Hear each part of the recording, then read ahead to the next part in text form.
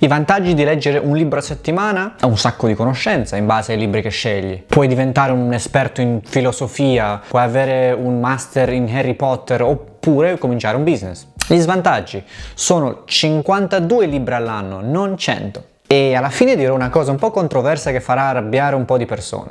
Cominciamo. Se hai cliccato questo video probabilmente ti piace leggere e vorresti leggere ancora di più libri di saggistica, produttività, romanzi, quello che piace a te. Se sei un completo principiante c'è anche un video sul canale su come leggere un libro al mese, è un buon inizio. Ora, per darti un po' di contesto prima, quest'anno sono riuscito a raggiungere una sfida che avevo di leggere 52 libri. Libri interi, non capitoli saltati come fanno molte persone famose e poi dicono che hanno letto il libro intero, cioè non mi mangio la pizza togliendo la mozzarella. Potete trovare la lista completa su goodreads.com, lo lascerò nella descrizione. Praticamente questo è un libro a settimana. Adesso magari tu chiederesti, ma Alex, dove sono questi 52 libri? Non li vedo.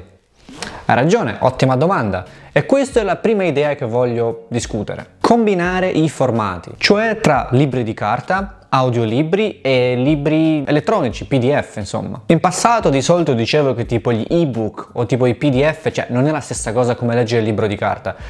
Sinceramente è vero, non è la stessa cosa. Però pensa da quest'altro punto di vista, cioè leggere un libro in PDF quando hai una pausa oppure ascoltare un audiolibro mentre vai al lavoro è 1000% meglio rispetto al non leggere niente. Quindi invece di aspettare quel momento perfetto, alla fine ho deciso di provare lo stesso. Cioè quando ho una piccola pausa, guardavo cose sul telefono, sul tablet e posso dire che fa la differenza, cioè col tempo si accumulano e sinceramente rendono anche quei momenti un po' più piacevoli, cioè tipo stare un'ora sull'autobus con un audiolibro è divertente, oppure andare a fare una passeggiata nei boschi e comunque con me ho il tablet e mi leggo qualcosa quando mi annoio. Poi se vuoi puoi anche scegliere alla fine quello che ti ascolti e quello che ti leggi, quindi non è un problema qui. Quello che voglio dire però è che non serve aspettare il momento perfetto per leggere. Seconda idea è mescolare i generi. Forse se sei un po' su questo canale sai che mi piace la produttività, saggistica, psicologia, però mi è capitato che a un certo punto sono andato in burnout con questi libri, insomma, cioè mi sono un po' stufato perché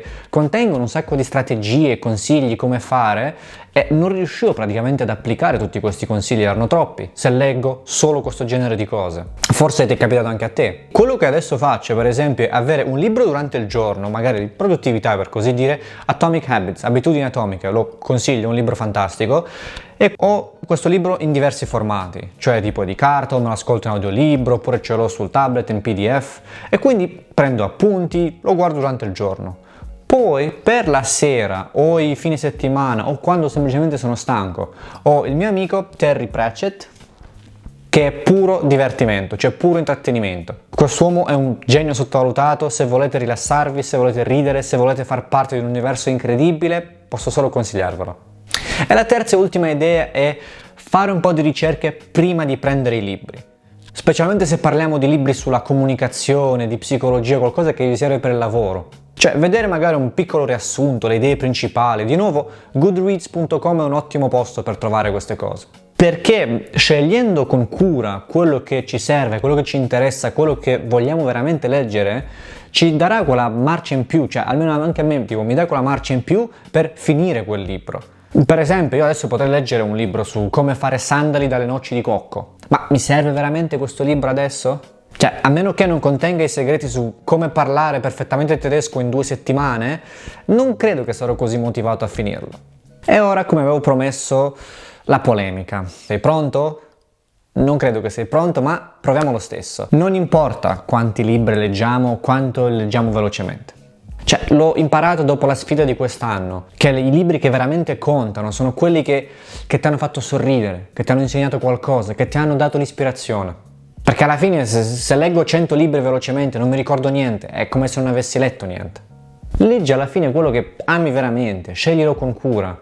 Il Grande Gatsby, per esempio, l'ho letto in una sera sola, cioè una lettura così intensa, piena di quei sentimenti di tristezza, melanconia, romanticismo, cioè indimenticabile.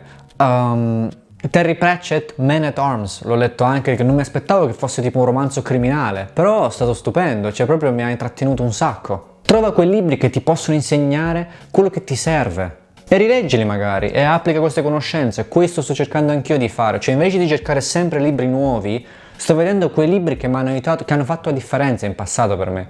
Cioè per esempio Sentirsi bene di David Burns, Una lettura che sinceramente mi ha cambiato la vita e penso che dovrò leggerlo ogni anno questo libro. Anche Ripensaci, Think Again di Adam Grant. Posso giurare che quel libro mi ha reso penso del 2% più intelligente e ancora oggi sto prendendo appunti. Quindi ne vale la pena rileggerlo, insegna tanto. Quello che voglio dire è che non serve leggere tanto, serve leggere quello che ci cambia, quello che ci fa sentire qualcosa. Almeno questo ho imparato io quest'anno, 52 libri all'anno, una settimana.